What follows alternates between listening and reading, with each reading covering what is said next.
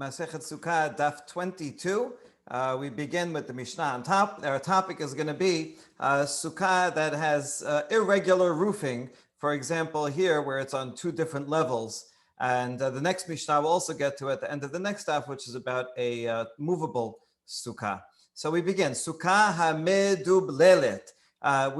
Not sure what this word means. We're going to see two opinions. So anyway, that's one case. And if there's more shade than sunlight, that's good. If you remember in the first perek, we said the opposite. If there's more sunlight than shade, it's bad. So the Gemara is going to ask, well, what about 50-50? Because according to this, you need more shade, 51% shade. According to the other one, you can say the opposite. Okay, so this is good. If a sukkah is very thick and it's like a roof and it doesn't even let any light in, even though you can't see the stars, it's okay. We used to learn as kids, you got to see the stars. Okay, you don't have to see the stars. It's a nice thing. And you get a sense of, it relates to what we talked about at the beginning, the sense of a connection with the heavens. All right, the 10 tefachim. So you get a sense of that's the space, the border between the heavenly realm and the earthly realm. So seeing the stars peeking through is like God is like peeking through. So it's a nice thing to have, but it's not actually necessary lehalacha. And especially if you live in a big city, you never see any stars, even without the sechach. Okay. So, my meduvlelet. It's interesting. There's no machloket in this Mishnah. Just everything's okay. All kosher sechach. So, what does this word mean? Two opinions. Amar Rav Sukkah Aniya. It's a meager Sukkah, Rav says, that has very little sechach. Nevertheless, even though it has some holes in it, it's okay. Obviously, it can't be more than 3 tefachim for each hole. Ushmuel Amar Kaneh Oleh veKaneh Yored. Shmuel says, no, it's talking about a sechach on 2 layers. You have some up here and others down there. And so we're going to talk about how much space is allowed. And the idea is that each level by itself would not be enough sechach. But if you combine, can you combine them together? So Shmuel says, yes, that's what's talking about medublelet. Okay, so now we'll analyze how they each read the Mishnah. Rav Taneh Hada, Ushmel Taneh Tarte. Rav is reading the Mishnah as if there's only one case. Sukkah medubledet, take out the vav. Shesilata meduba mechamata. And whereas Shemuel is going to read it as 2 separate cases. How so? Rav Taneh Hada, Sukkah medubledet, my medubledet, meduldelet. That word means that it's meager. It doesn't have a lot of sechach. As long as it has more shade than sun, keshera. But it's actually a description on how meager it can be. Shmuel says, no, it's 2 different cases. My medublelet, mebulbelet, all mixed up, meaning it's on different layers. But the assumption is when you put the layers together, then there's going to be plenty of schach. So that's case number 1. That's fine. Also,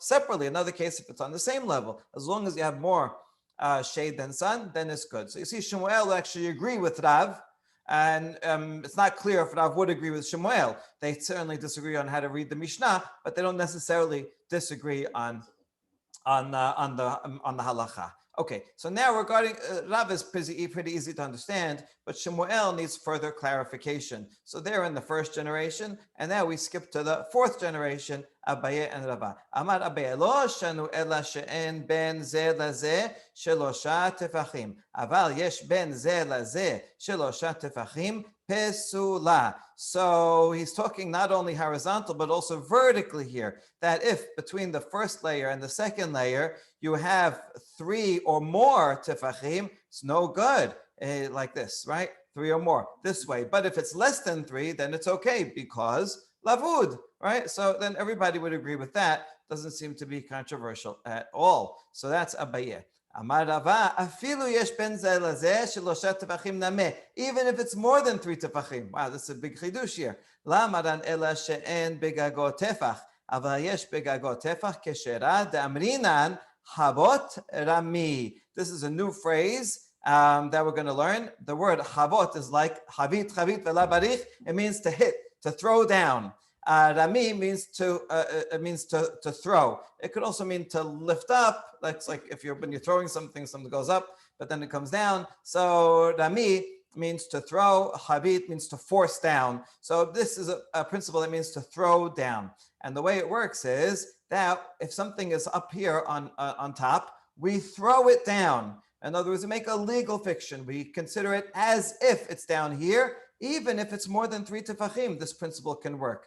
As long as this board has a width of at least 1 tefach. So that's the difference between this and lavud. Lavud, it doesn't really matter what it is. This is more similar to gud achit, where you have a wall and you can pull down the wall as long as it's 10 tefachim, you can pull it down or up. So this would be a similar principle. So another as if. I heard someone say that b'chol dor v'dor chayav adam lirot et asmo ki'ilu. We apply that on Pesach, that we have to act as if we left Mitzrayim. But it applies on Sukkot also. In every generation, you have to make yourself as if. At the Sukkah, we have a lot of as ifs. Right, a lot of legal fiction. This is as if it's less than 3 tefachim. It's as if you throw it down, as if you pull it up. So you can incorporate a lot of as ifs in your sukkah. So every generation we should do that. Okay, good. So that is the opinion of Rava, that yes, in fact, you can do a throw down as long as it's as wide as a tefach. Why would that be important? Well, something that's as wide as a tefach can create an ohel, right, for tumat met. And so it's covering, it's making a tent. So in that sense, it goes all the way down. Whereas if it's smaller than that, it wouldn't. All right. So now, since that's what Rava said, now we have a challenge. Amar Rava, mina la, not a challenge, but rather a proof. Rava says, what's my source for this? What's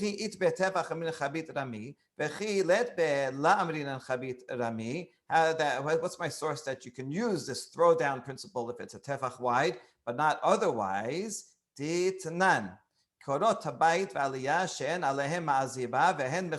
actually going to learn it from Masechet Oholot, chapter 12. This is a Mishnah. And so once again, when you have an ohel and you have a kezait of a bone of a dead body under it, and anywhere under that board or that roof, something else will also under there will also become tameh. So now we have an unfinished house. I'll show you the picture first. The house looks like this. Eventually, there's a 2-story house, which they did have in those days. And eventually you'd put boards, this way, and you'd cover it with plaster. But right there in the middle of construction. And so you have boards here, and the upper boards on the 2nd story are directly above the boards on the 1st story. And the holes are directly above the holes. So therefore, if you have something tameh under one of the boards over here, then it will make anything else under that board also tameh. But it's not going to transfer to up here because this board stops it, and certainly not up here. It's also not going to transfer to any other boards or any rest of the house. Only that board. Okay, so that's the first principle. All this is just introductory in the Mishnah to the case that we're actually going to get to. So if they have no cement and they are lined up, if there's something tameh under one of the boards of the bottom floor, then only under that board is tameh. If it's between the 1st story and 2nd story, then only there is tameh. If it's on the top of the roof, then it goes up to shamayim. So here's the second case, right? If it's on top of this board, then this is tameh. Something else on that board will also become tameh because this top one is a cover. If the third case here is that the tumah is up here, well, there's nothing covering, there's nothing on top of it. So therefore, that tumah will go all the way up to the shamayim. If you're flying on a plane, you got to make sure the plane is enclosed. That's a whole another discussion. Okay. Now, ben tachtona elyona, and I did that. Okay, hayu elyonot keben hatachtonot, tuma tachtehen tachat kolan tameh, al gabehen kenegdan ad rakia tameh. If the boards are not lined up with each other, but the opposite, that the bottom one is lined up with the holes on top, and the top ones are lined up with the holes on the bottom, then it's a different story. Now, if you have tum'ah underneath one of them, then it will make anything well, no, this is still stopping it, right? But the one above, let's see what the halacha is. Tachat kulan. It goes throughout the whole house, right? Because this top one, we consider it as if it's down here, right? And therefore it's a full roof. So even though the roof is on two different levels, doesn't matter. We just imagine that we look at it as if on top from a bird's eye view, and it looks like, everything is covered. So therefore it's a full roof without any holes, and therefore the tumah goes throughout. However, if the tumah is up here on top of one of the slats on the first floor, then the tumah will go up through the hole in the ceiling, and nothing is tameh. So this only works if it's down here. In other words, we consider the top row as if it's down one level and not the other way around. Okay, so Vetani Allah, that is all the Mishnah. And now there's a Baraita that's found in the Tosefta. Tosefta is a collection of Baraitot that is a commentary adding further elaboration on the Mishnah. And it says, when is this true that when they're not lined up and you have something on the floor, it goes throughout? Only when the width of each of the boards on the first floor is 1 tefach wide, and the holes are also tefach wide. Since the holes are a tefach wide, that means that the things on top, the beams on top, are also a tefach wide because they fill up the hole. So these are a tefach wide. Then you consider it as if it goes down, and then it's all full. And yes, the tumah will go up. However, if not, אבל אין ביניהן פותח טפח, טומאה תחת מהן, תחתיה טמא, ביניהן ועל גביהן טהור. If there is not a space of tefach in between, and therefore a board that's a tefach on top of it, then only under that board will become tameh, and the rest of the house will be tahor. So you say, why is this? Why does it matter if there's a tefach there or not? Alma ki it be tefach amrinan chavot rami. So we learn from here that we only apply this principle of force it and throw it down when the layer on top is a tefach wide, as in this case. Okay, we can analyze that Mishnah and Baraita further. Maybe the point is that if it's less than a tefach, then it would have holes in it, and then it wouldn't be a full roof. But it sounds like that has to be precisely a tefach. If they were all half a tefach, even if it closed up all of the holes, it still would be okay. See, because the Tosefta by saying a tefach precisely, we're taking that to be precisely that, and if it was any thinner, even if it covered up all the holes, it would not spread the tumah. Okay, good. So Rava Shema Mina, that's a good proof. Rava learned it from Ohalot. So once again, as we've seen before, when we're looking at a sukkah and trying to conceptualize what a sukkah is, we look to tents. Where else is there a tent? Masechet Ohalot is a great place to look. Okay, now we have a challenge. So Rav Kana was now we're jumping to a later generation. This is Rav Ashez in the 6th generation. There are multiple Rav Kahanas, but this has to be a colleague of his because he's speaking to him. So now a later generation, Rav Kana was sitting and reciting everything that we just said. You get a sense of the syllabus, right? That the early generation, then the next generation would discuss it, and so he's repeating all that we just said. To Rav Kahana. Rav Asher is listening, and he says, hold on, Rav Kahana. Is that true? That if there's not tefach wide, then you don't apply this throw it down principle?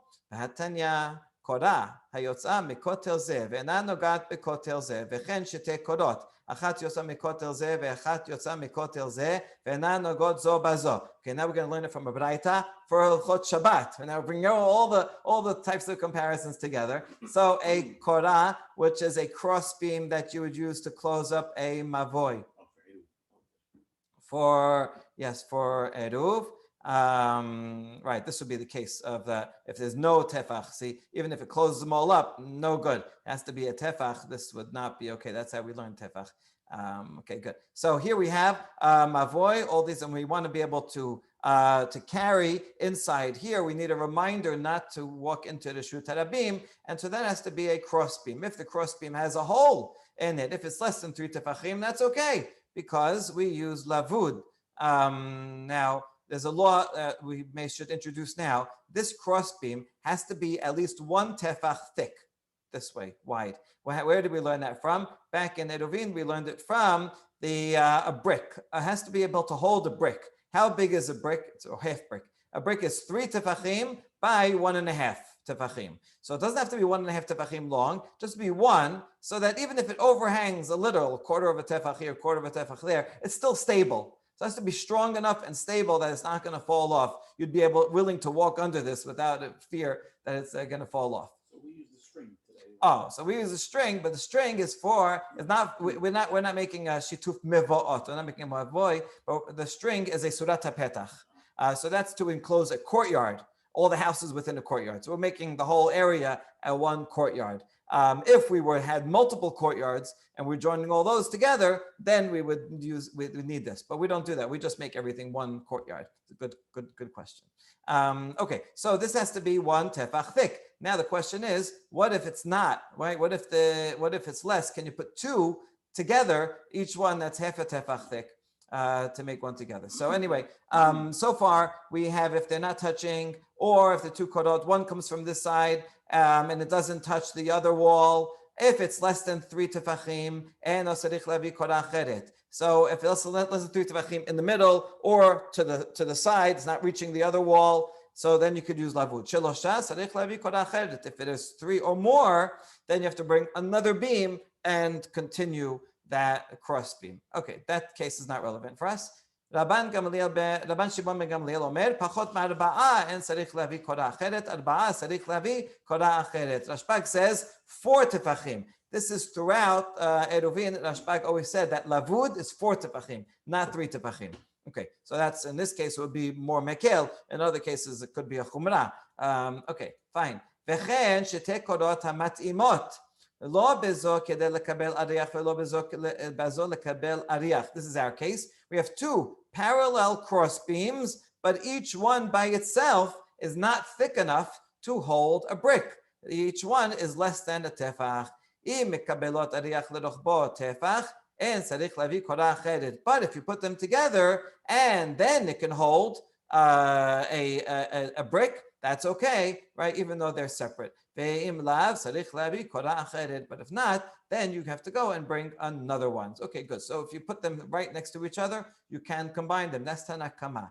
Rabban Shimon ben Gamliel Omer, im mekabelot ariach leorko shelosha tefachim, and sarich lavi korah acheret. V'im lav sarich lavi korah acheret. He is more mekel. Rashbag again. This is the same Rashbag, and he says you can do it this way also. Even if these are very thin, it doesn't matter how thin, as long as you can put it separate and keep the brick there on top, even up to 3 tefachim apart. Because if you put it lengthwise, the brick is 3 tefachim. If it can hold, it has to be strong enough that it can hold it. But even if it's very thin, even less than half a tefach each, it's okay, because by putting space there, you're supporting the brick. So that's the main point, to support the brick.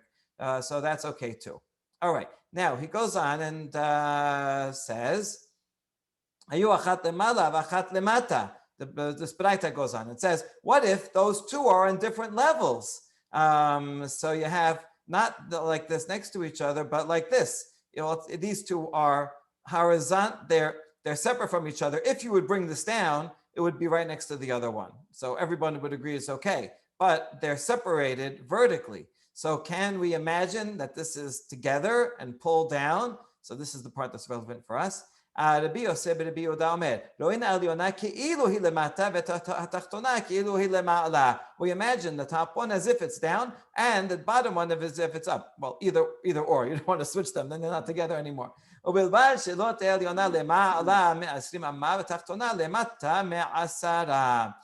as long as the top one cannot be higher than 20 amot. Remember that very first Mishnah, it says that a mavoi cannot be more than 20 amot. You're not going to see it. And the bottom one cannot be less than 10 tefachim because this is a symbolic mechitza.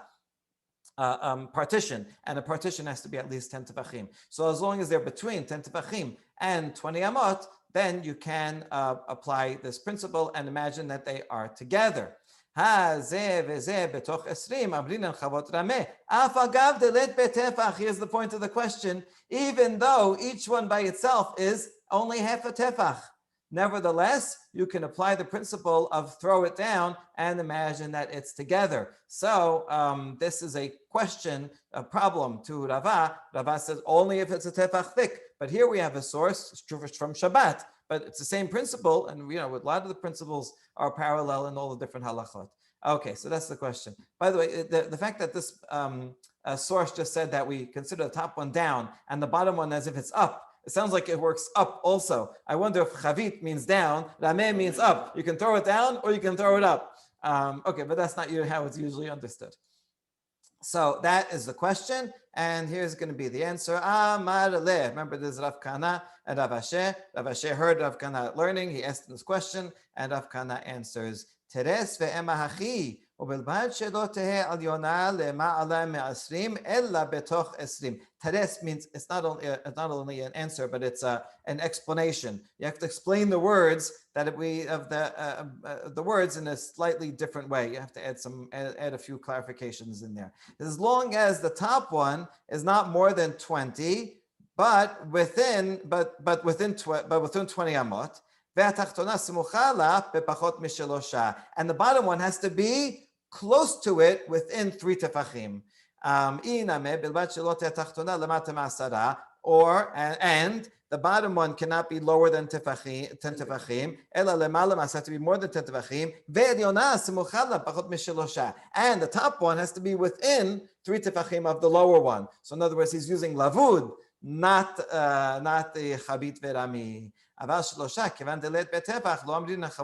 But if it's 3 or more, then we do not apply chavot rami because in fact it's less than a tefach. So he's reading in a whole bunch of words into this baraita, but he's trying his best because it's a good question and he wants to uphold Rava's law and the answer for him, and he doesn't want a baraita to contradict it. So he says, maybe it's talking about such a case. Okay, that's very nice of Rav Kahana to uphold this tradition from Rava. Now we got to the next part of the Mishnah. From our Mishnah, we can infer that you need more shade, 51% shade. But if it was 50-50, no good. But in the first perek, we said there's more sun. 51% sun is no good. If it was 50-50, then it'll be okay. And there are other halachot where 50-50 is okay. So, such a thing is possible. So what do we do with this contradiction? What happens if it's 50-50?